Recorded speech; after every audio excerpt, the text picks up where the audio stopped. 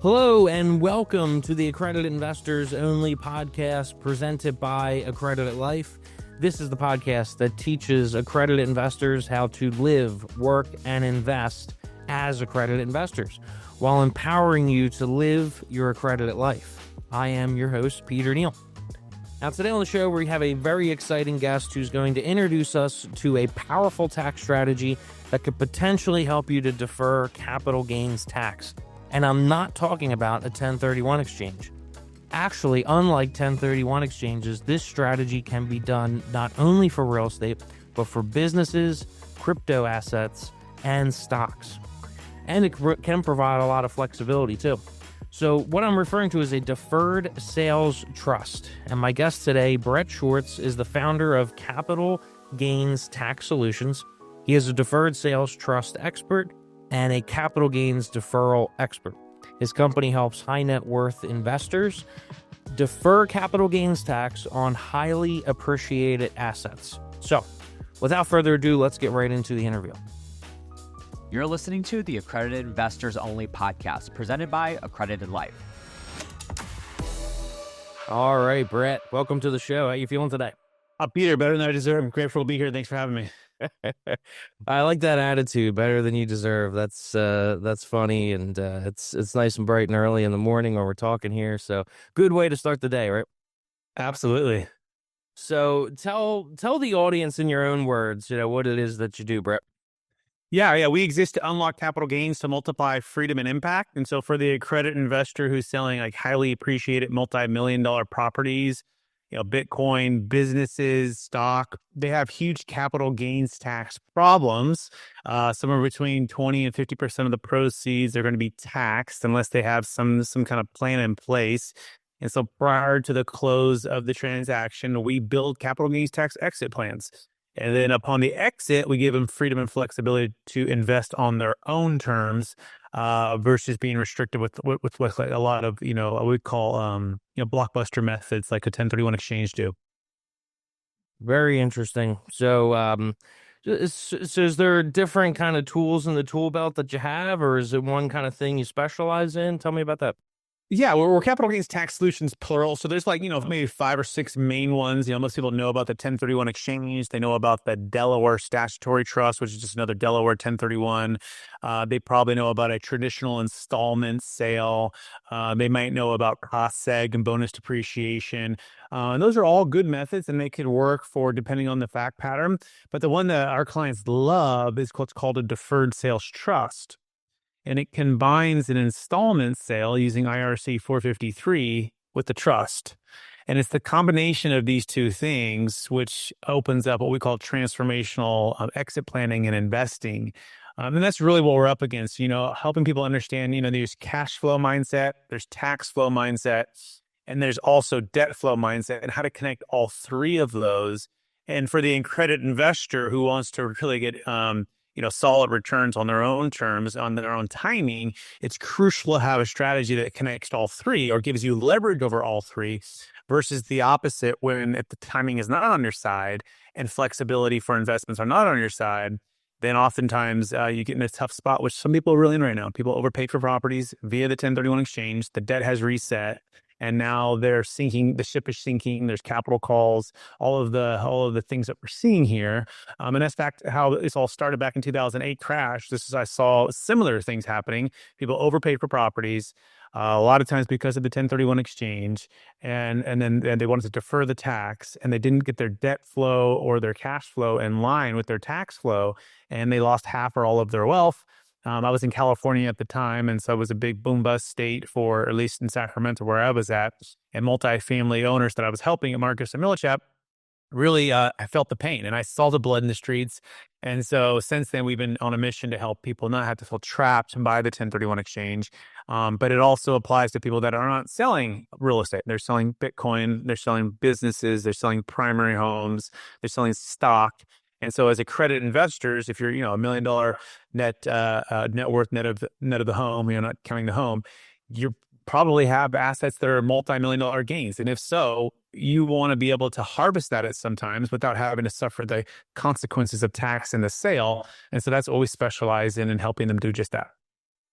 So let's break it down. I think most investors, accredited investors, are probably used to a 1031 exchange. But for the people that aren't, give us just a little overview of what that is, and then how this differs from it. Yep. 1031 exchange is strictly for investment real estate, first of all. So if you have real estate that's investment, you can sell that and basically trade it up for another property of equal or greater value and equal or greater debt. Really important to understand. Most people miss that piece.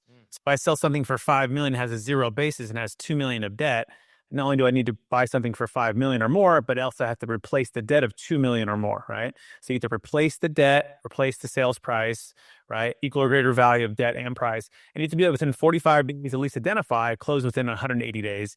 And so this is known as the 1031 exchange. Does not work for businesses, does not work for Bitcoin, does not work for stock, does not work for a primary home. It's very, very, very narrow, okay? What we do is a deferred sales trust. It works for any asset of any kind.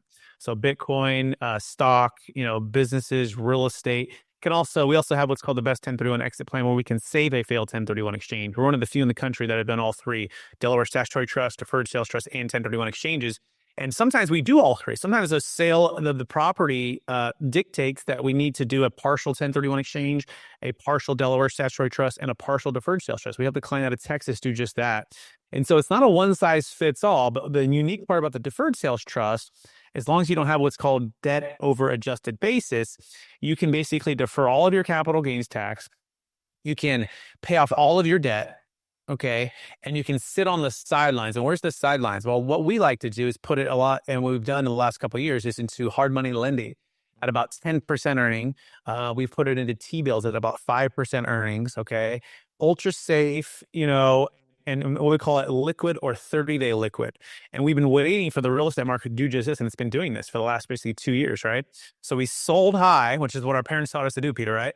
And buy low, right? Really simple. And as real estate investors, if you're a real estate investor, we know when it's basically a good time to sell. But if our tax flow plan doesn't give us the time to wait for the market to shift. In 2008, for example, it took 3 years for the real estate market to get to its low. It wasn't until 2011 that the Titanic of real estate went to its bottom of 2000. It took 3 years. And so that's really the key. How do we sell high and buy low? And again, this doesn't have to be real estate. We've done it with Bitcoin. We still helped the client who purchased Bitcoin for 50,000, went to 50 million. And for her, she worked for Google.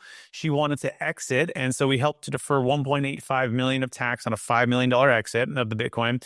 And did it at the right time, 54,000 a coin. It went a little bit higher, right? But it crashed down to 15,000 a coin, right? So we were able to diversify that one, which is the next concept here. Is like, we can diversify. In a 1031 exchange, you typically have to put all of your eggs all in one real estate basket. In our scenario, we can diversify across stocks, bonds, mutual funds, T-bills, hard money lending, business ventures, real estate. Real estate happens to be our favorite, but it's different for different people. As an accredited investor, you got to look at risk tolerance. You got to look at cash flow needs. You got to look at legacy planning. You want diversification, preservation versus wealth creation. And it's dynamic, right? It's dynamic. And the Deferred Sales Trust gives you the ability to be a dynamic accredited investor. So kind of talk to me about the process. So if I come to you and I have a property or I have Bitcoin or I have a business I'm looking to sell, what does the process look like to work with you, and what kind of things do you need? How's all that look? Yeah, we do a deal just closed 2 weeks ago. It was an $8 million automotive sale out of Massachusetts. Okay. And it was a couple about 40 years old, and they built this thing up from the ground up at zero basis, and they're facing about 35% of it going to be taxed, right, on an $8 million sale. And so prior to the close of escrow, we set up a trust. Okay. We named the trust. It has its own EIN. It's kind of like a C Corp. Okay. And the sale happens to the trust prior to it happening to the buyer. Yeah. And so it's a kind of a 3-party sale. So the sale's $8 million, first to the trust for $8 million, and the trust issues a promissory note for $8 million. Okay. Now in this scenario, there's a little bit of holdback in this scenario. So the other $2 million will actually come at a future date. But so basically the promissory note about $6 million on this first one, and then the rollout will come later. But it issues the promissory note for what it's received at the beginning, plus a rate of return, typically 6, 7, 8, or 9%. Compounding net of fees is typically what we can return. No guarantee, but we have to go invest the money. So they're going to get a promissory note. So, right, so they move from an owner to a lender. They lend 100% to the trust, and the trust immediately sells it to the buyer. So check this out, Peter. If it bought and sold for the same price, the trust, is there any gain at the trust? No gain. Zero. So the trust has no gain. Trust owes the seller the money. The buyer takes title. They're gone. They got the property, the business, or whatever. So they're fine. Everything they bargained for. And the funds are sitting at Charles Schwab. Okay. Now there's a third party unrelated trustee. That's our role. We act as that. We're kind of like a qualified intermediary, right? This is kind of like a mini 1031 company just for the particular seller. It's not a 1031. We're not none of those rules, but it's a single entity that only does business with that couple. And then it opens up where we want to invest. And this is the cool part. For this particular client, we're going into multiple real estate investments, okay? We're going into probably some business ventures, some lending, some stock market, like kind of a mix. We're diversifying it. And that's the power of this, right? I mean, at a certain point, as an accredited investor, you made your multiple millions of dollars, and you're looking for some preservation. You're looking for some diversification, right? You're looking for time to be on your side. Our best clients, we sold a $13 million asset in San Diego just a couple of years ago, right before the interest rates shot up, right? And they deferred about 40%. They had about an extra 40%, but they would have about 40% tax on their gain with Taxifornia, I call it. And so they were to defer it. And then we put it into lending. We put it into Bitcoin when Bitcoin was lower at 40,000 a coin. Now we're like at 65,000 a coin. We put it into some hotel syndications as the marketplace kind of crashed on the hotel market. Not crashed. I just think it went down lower, right? But it felt like a little bit of a crash. That's the point here, right? So we'd ask the accredited investor, what do you like to invest in? And what time would you like to do that? Let's dollar cost average. Let's diversify. And then just in case you're thinking, well, do I have to be retired to do this? No, you can be an entrepreneur. We had a client, he sold a $3 million business out of Alabama. And for him, he wanted to build multifamily properties from the ground up. So you can use the trust to partner with you to build ground up development, all tax deferred, kind of like a self-directed IRA, but none of the rules that are associated with that. As far as if you could be involved in it. This one you can be materially involved, and you can build all tax deferred and get additional upside beyond the interest rate on the promissory note. And so I know everyone's listening to, wow, this sounds pretty complex. It is, right? And most people don't know how to do this. We do. This goes back thousands of transactions, close to 30-year track record, close to 30 IRS audits, no findings, no change, perfect legal track record. But here's the big secret, Peter. Most commercial real estate brokers don't want you to know about this. Okay? Most 1031. Yeah, they want to 1031 into another property, right? Most 1031 exchange companies don't want you to know about this, okay? Or they just don't even know about it, whether they don't know or don't want to know, it's up to them, but they're in the business of 1031. And so I'm actually a commercial real estate broker myself. So I love 1031s, right? I also love Deferred Sales Trust, right? And that's the key. Like, give the accredited investor the option to make the decision what's best for them and their family. Not stuck in I call it the good old boy network, right? Because I started at Marcus and Millichap, help people, and I've sold over $500 million in commercial real estate transactions. So I started there, so I know that world. And again, the 1031 exchange can be amazing, right? But oftentimes it can be the opposite of amazing. It can crush a family who overpays. And so once you understand that piece, and it's like once you see this, you can't unsee it. And so really, there's three major objections that people have. Oh man, this sounds too good to be true. How is it legal? Why haven't I heard about it? This is the Accredited Investor Network, podcast. Like, we've never had someone like this on the guest board. Like, I know, because people get it confused with the Delaware statutory trust. That's often the first thing they already know about is yes. They get confused. Yeah, so that's number one, but it's, the legal track record is perfect. Number two, there's some control. You have to give up some control, right? Like anything, if you do a 1031, or if you even do it like an IRA or 401k, or even if you invest passively into a Delaware statutory trust or a syndication, you are always giving up some control somewhere if you want some benefit, right? Tax-wise. That's the key. There's a third-party unrelated trustee. So people do need to get to know, like, and trust me and my clients, all the people that work with us, to get a feel for how that works. So that's number two. Number three is fees, right? People want to know, well, what does it cost? The DST's got to be an investment and not an expense. And it's really simple. It's about 1.5% on the gross sales price is the one-time fee. That's the first fee to the tax attorney, my business partner. They do all the legal work, CPA and tax attorney. Still the smartest person I've ever met. Genius. Number two is the trustee. We charge about 1.5% to 2% on a recurring basis, okay, on the AUM, on the net proceeds into the trust. If it goes higher, 3 million, 5, 8, 10, you get little fee breaks, right, 20. But essentially, that's the key. And then we've got to look at, okay, how do we defer capital gains tax? Okay, that's one. We defer about 20 to 50%, you get more proceeds, and we defer 100% of the capital gains tax. Number two, we can defer income tax for a period of time, which is really powerful too for clients. So we can defer some income tax for a period of time, kind of like an IRA, if you think about it like that, right? It defers the cap gains tax, it defers the income tax.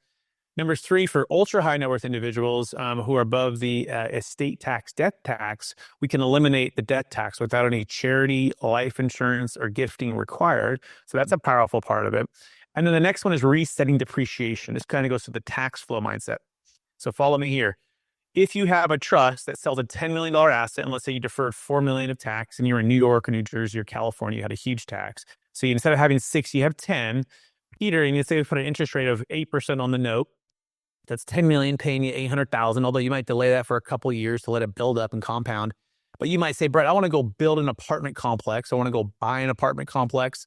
And there's bonus depreciation this year. You could take, let's just say, 8 of the $10 million. You could put it as a down payment. And let's just say you buy a $20 million deal. Well, guess what? And there's a new LLC that buys it with you. The trust invests the $8 million. That's a $20 million depreciation schedule, right? Okay. And you can use cost seg, bonus depreciation. So these are the advanced things here that help you ultimately have more tax efficiency year in and year out by deferring the tax and redeploying it to get new depreciation schedules. And we call that tax flow, not just cash flow. Wow. So you named a couple points there: education, control, fees. Let's kind of break it down. Like how did you learn about this strategy? And what was? I'm sure there was a learning kind of education hurdle up front, and how do you help others get past that?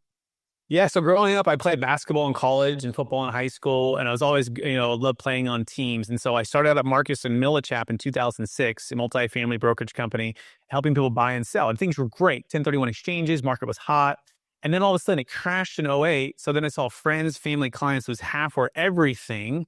And we looked up and said, there's got to be a better way. In fact, there's a quote by Ray Dalio. He says, pain plus reflection equals progress. So we looked at the pain and what happened, where you reflected on what was the problem. Well, it was a frenzy. People were, 03, 04, 05, 06. You'd love to be a seller. You hated to be a buyer in a 1031, but you felt like, I got to buy, I'm going to pay this tax. And this stuff is big old gain. And it's this merry-go-round, until the music stops and the seats are gone and you're trying to sit down in a seat. That's the game we used to play growing up. And you're like, I'm scrambling for that property. And so I literally saw this firsthand of the 1031 exchange buyer, desperate to find that deal. And as an accredited investor, you're never going to be desperate to do any deal. Right? And so we looked at this and go, this system's broken. What's going on? And so at this time in 2009, my manager brought in a gentleman to speak on the Deferred Sales Trust. That's when it changed forever, right? It's like, whoa, there's something different. And so we thought we were the Navy SEALs of investment brokerage real estate, 1031 exchanges, right? The number one investment real estate brokerage company in the country. Yeah. But we found it in commercial brokerage, and I've never heard of it before. This is my first introduction to it. Exactly. So there was 30 of us sitting in a room hearing this gentleman speak about it. Now this is 2009. This is like people making no money, right? And I was barely married, barely making it in the business. 100% commission. My wife at home, and then the baby's on the way. This is between 2008 and 2011. And I'm just trying to survive. So I guess I was maybe either naive enough or even just smart enough, perhaps, to see that if this is true, this is Netflix and we're living in Blockbuster, right? And so there's 30 of us sitting in this room in this office. It's like a Wednesday brain dump, 12 o'clock lunch and learn. And he starts talking about this thing and we're like, whoa, what's this guy saying? And most people just laugh at him. And this broker says, it's a waste of time and never work. But I was like, I think this guy might be onto something. But I'm more the tortoise than the hare, although I can learn, and then actually, really expand it. Once I learned it, I'm like, whoa. So I started to spend, hours and hours and hours studying it, bringing clients to the tax attorney, listening, taking a lot of notes and absorbing what IRC 453 was, which, by the way, it's just an installment sale. We know it as seller carryback. As owners of real estate or businesses, it's so common to do a seller carryback. Well, less common, but less common in the 1031, but also very common. So once you understand, okay, that piece, then you combine it with the trust, and then you kind of combine how it works. So that became the study and practice of this. In between there, by the way, I had the side hustles. I was making no money, living with my brother in a small condo with my wife and my baby, and work at Cheesecake Factory selling avocado egg rolls and cheesecake on the nights and weekends. Wow. And by day, I'd work at Marcus and Millichap, making cold calls, negotiating with banks, and reflecting on what went wrong with the clients. So I lived kind of two career lives in a sense. And fast forward, all the clients I told not to sell because if they held on, the market would come back. They all started coming back, but I also studied what went wrong. And so now this is all we do. We took it national. We went on a podcast. I was able to retire from the Cheesecake Factory. My wife and I have 5 kids now. And this is all I do. And our passion is to empower the multiplication of wealth and freedom and impact when it comes to capital gains tax, because the big thing that's really driving us is the $84 trillion wealth transfer, according to multiple sources, maybe even 120 trillion people think, of the baby boomers to the millennials in the next 20 years. Now it's down to maybe 18 years. And this is known as the largest wealth transfer in the history of the planet. Okay. And 50% of all the wealth in America is tied to really 3 main assets: commercial real estate, primary homes, and high-end primary homes, and commercial real estate and businesses, private equity, right? Those are all illiquid assets that are mostly owned by baby boomers that are highly appreciated. And so we call this the reverse Tea Party, Peter, that's going on right now. In the beginning of America, over 240 years ago, what do we fight for? Representation or rights or freedom from tax, too much tax, right? Now, on the other side, we've built up more wealth perhaps in the history of the planet. Now it's transferring. And the question is, will the government gobble that up with tax, or will we use illegal tax strategies to defer and to grow the wealth and expand in the economy for more freedom for the people? I can tell you, no matter what side you're on for voting, if the government gets a hold of that $84 trillion, our freedoms maybe go to next to zero, right? And so what we want to do is control the capital in the hands of the people, right? Help them to control it so that they can build businesses, they can build real estate, they can build multifamily attainable housing, right? That's the key, study where the capital is moving. And so we're in the transfer of that, right? Anytime there's a high sale, you can just set this up prior to the close of escrow. We can set this up and we can help your friends, your family, yourself for generations to come. That's amazing. Talk to me about the control, so I think obviously with accredited investors and any investors, control is always an important thing. When you deal with trust, you're giving away, some kind of control, right? So talk to me about that and what kind of control the investor continues to have on the options that they invest in moving forward. 100%. So we'll start with number 1. You become a creditor or a lender or a bank, right? So Peter, is a bank concerned if you have an apartment complex that you own, let's say right now, and the bank loans you the money? Are they concerned if you don't pay them, whether or not they can take back the unilateral control of the asset? No. They're going to foreclose on the asset and take it from you, right? So this is the relationship, right? So if Peter, you are selling that $10 million asset and you are loaning the funds to the trust, and the collateral, by the way, is secured against whatever you want. You have to approve of the collateral. So whether it goes into real estate or businesses or back into a business or real estate with you by partnering with you, kind of like a self-directed IRA, there's lots of controls in place. And if the collateral doesn't work out, you can foreclose and take back the collateral, pay tax at that point, right? But just think about that, right? Most people have no concern with, hey, I'll carry back for a buyer for my old asset, right? Which might be a 30 or 40-year-old asset in maybe a B minus location. That, of course, they know, like, and trust because they've been taking care of the asset, but all the money's tied to that old asset. If the buyer doesn't, if the person who bought it from them they loan the money to doesn't pay, they're going to take the asset back. Well, in this scenario, we can secure it against the biggest companies in the world. You can put it in Home Depot. You can put it in Berkshire Hathaway stock. You can put it into Bitcoin. You can put it into real estate. You can put it into business ventures. But even better than that, you can partner with the trust. So I have a lot of clients that are like, I have an entrepreneur client. His name's Shay. He goes, Brett, I'm an entrepreneur, doesn't like to be boxed in. So he tells this story on my YouTube channel. You can go there and watch his testimony. He's like, he's like, mid 40s. He's like, I don't want to just be retired. I want to go build apartment complexes with this. Great. So what did he do? He used the trust, deferred all the tax. And the next, within he did it within 6 months, but you can do it in like a couple of weeks. You form an LLC and the trust can silently joint venture partner with you. Where you're the managing member of the LLC. You have majority ownership of that LLC and you're running the deal just like you would be. Right. So the way we think about it is you can have 100% control of about, 60 or 70% of the proceeds, or you could have partial control along with the government, also giving up some control. Think about that, right? Of 100% of the proceeds. That's the concept here, right? So, what else? You have 24/7 access to view the funds online. We can use third-party financial advisors to help manage the account if you wanted to go into the stock market. We have a third-party tax preparer and that does all the P&L, does the tax return for the trust. We have a third-party tax attorney that does all of the actual tax legal work. There's lots of third parties that give a lot of transparency, accountability. And so, yeah, that's the control piece. Hopefully that helps answer the question. Definitely does. And now, does your company offer any advice, or for lack of a better term, for somebody who's looking for what can I put this into or something like that, or is that totally on totally their decision, and if maybe a third party if they bring one in? Yeah, so the latter. So part of our superpower, honestly, is growing up in California. We had a chance to see not only a lot of investment real estate deals, but also build property. So I built properties from the ground up with my parents in the Bay Area at a young age and throughout, high school. And then I went on to study and practice. My brother's the first to graduate college. I was the second at Marcus & Millichap, brokerage, negotiation, underwriting. And then we started to invest in all those things. And so we've seen real estate investment, brokerage, development really since I was really born, right? My whole family, my whole life. So our actual superpower is we are real estate investment advisors who happen to have an amazing capital gains tax deferral exit strategy that helps you to ramp on to diversification. We like diversification within real estate. So what does that look like practically? Well, we vet and look at and underwrite.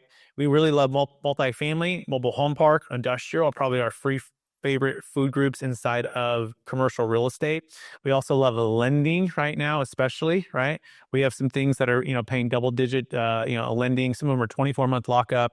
Some of them are 30, 60, 90-day lockup, but are paying, 10+%. One of them is paying 16+%.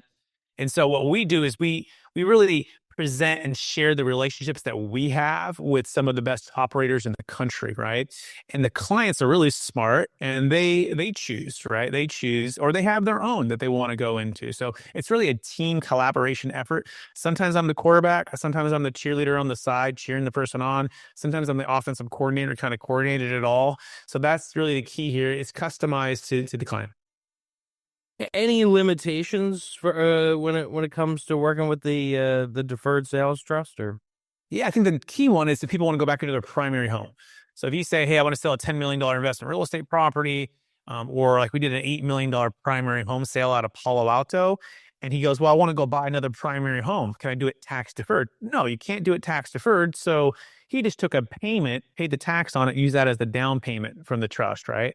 And so you just can't, it's like a 1031. You can't 1031 into a primary home. So we just have to make sure we're not mixing up personal use and investment. And here's why. The government wants to spur economic growth, and that's through investments in businesses, real estate, stocks, which should hopefully grow the economy, create more jobs, which creates more tax revenue, which is really the biggest winner here. The government's going to win, right?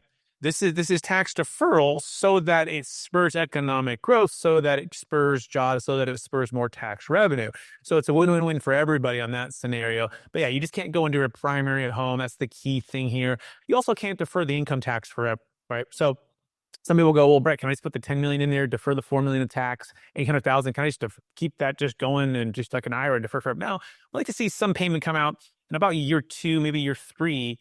It doesn't have to be the full 800,000. It could be 400, right? So you can do 10 million, right? 800,000 one year, and it's 10.8 million. You didn't pay any tax, right? Second year, another 800,000. So you didn't pay any tax.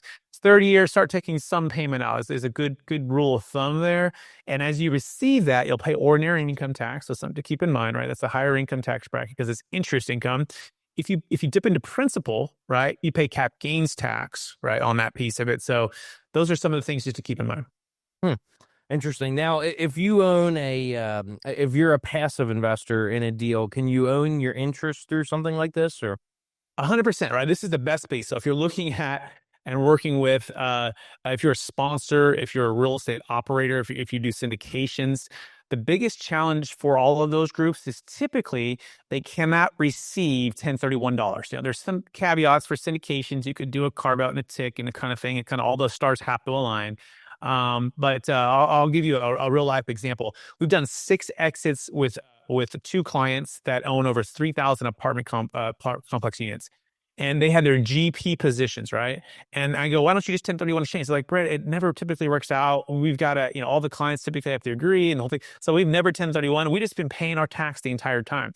And so what we've done now is we've each of their exits, they're using the deferred sales trust. Also, the LPs can do it, but immediately they can turn around and for their next purchase, it can go right into that syndication. They've also gone passively into other people's real estate funds to diversify, right? Especially a lending fund that we have that we work with a group. And so that's the key. It can go into a fund, no 1031 required because it's not a 1031, which funds, by the way, do not accept $1031, which is a huge challenge for them. So we can go into a fund passively and really easily, no problem, no change, into syndications, no problem. It's wide open. So what we call it for the real estate syndicator or operator is we say, don't raise capital, unlock capital. How do you unlock capital? Well, you solve the tax flow plan before you attract them with your cash flow within your syndication or your fund. So most people focus on, hey, we're going to return 6 to 8% cash on cash, 15 to 17 IRR over 3 to 5 year period of time, depreciation. That's all what's inside the box of the investment. Well, what about outside the box? Well, how do they get to them? Well, the cost seg could offset some of that, right? If you had some bonus depreciation, right? So that's the piece of that. So you're doing a little bit of that. But why don't you do that for the full amount? And that's where the Deferred Sales Trust just opens the door for unlocking capital for the sponsor, for the operator, for the fund manager. Wow. Yeah, that seems powerful. Well, Brett, this is a very interesting conversation. I feel like this is one of those conversations I'd like to take deeper. Maybe sometime you can come to Accredited Life, the community. We can get into the nitty gritty, and I'd love to continue this on that platform. If people want to learn more about what it is that you do and stuff like that, tell us how we can get in touch with you. Absolutely. I say start with the book. It's called Building a Capital Gains Tax Exit Plan. It's on Amazon. I think it's like $15 or $16. Like, this is literally like my entire story to this, as well as we have some amazing people in here like Kevin Harrington from Shark Tank, like Don Winter from DLP Capital, Joe Fairlish with Ashcroft Capital, Brian Burke, Kevin Bupp. These are all strategic alliance that we work with. And it's basically the proven playbook for unlocking your ideal wealth plan when selling assets of any kind for yourself or for your clients and using the Deferred Sales Trust. So that's the first place that I would start. And then I would go to capitalgainstaxsolutions.com if you have a sale, no cost, no obligation, one-on-one call with myself or one of my team members that has at least $1 million net proceeds and $1 million gain. So you need to qualify. You need to be large enough. We need to have this prior to the close of escrow. We will walk you through your options. We'll compare and contrast the 1031 exchange, and we'll also give you a backup plan in case you do want to go for your 1031 to fail into or save it with the Deferred Sales Trust. So keep that in mind as well. That's all on capitalgainstaxsolutions.com. Awesome. Well, thank you very much, Brett. It was a great conversation. Loved having you, and I hope to see you on Accredited Life, and we can continue this conversation. Awesome. Thanks, Peter. Thank you very much.